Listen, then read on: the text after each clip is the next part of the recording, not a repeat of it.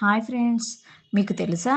పూర్వం కంస మహారాజు తన చెల్లి అయిన దేవకికి పుట్టే 8వ సంతానం వల్ల కంస మహారాజునికి మరణం వస్తుందని ఒక శునకం ద్వారా తెలుసుకున్నాడు.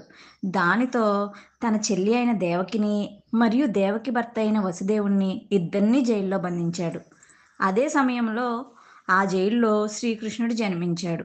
శ్రీకృష్ణుడి వల్ల కంసమహారాజుడికి మరణం సంభవిస్తుందని తెలుసుకుంటాడేమో అని వసుదేవుడు భయపడి అక్కడ జన్మించిన శ్రీకృష్ణుడిని కంసమహారాజు ఎక్కడ చంపివేస్తాడా అనే భయంతో వసుదేవుడు తన బిడ్డను కాపాడుకోవడానికి యమునా నదిని కృష్ణుడితో పాటు దాటి గోకులానికి తీసుకువెళ్ళాడు.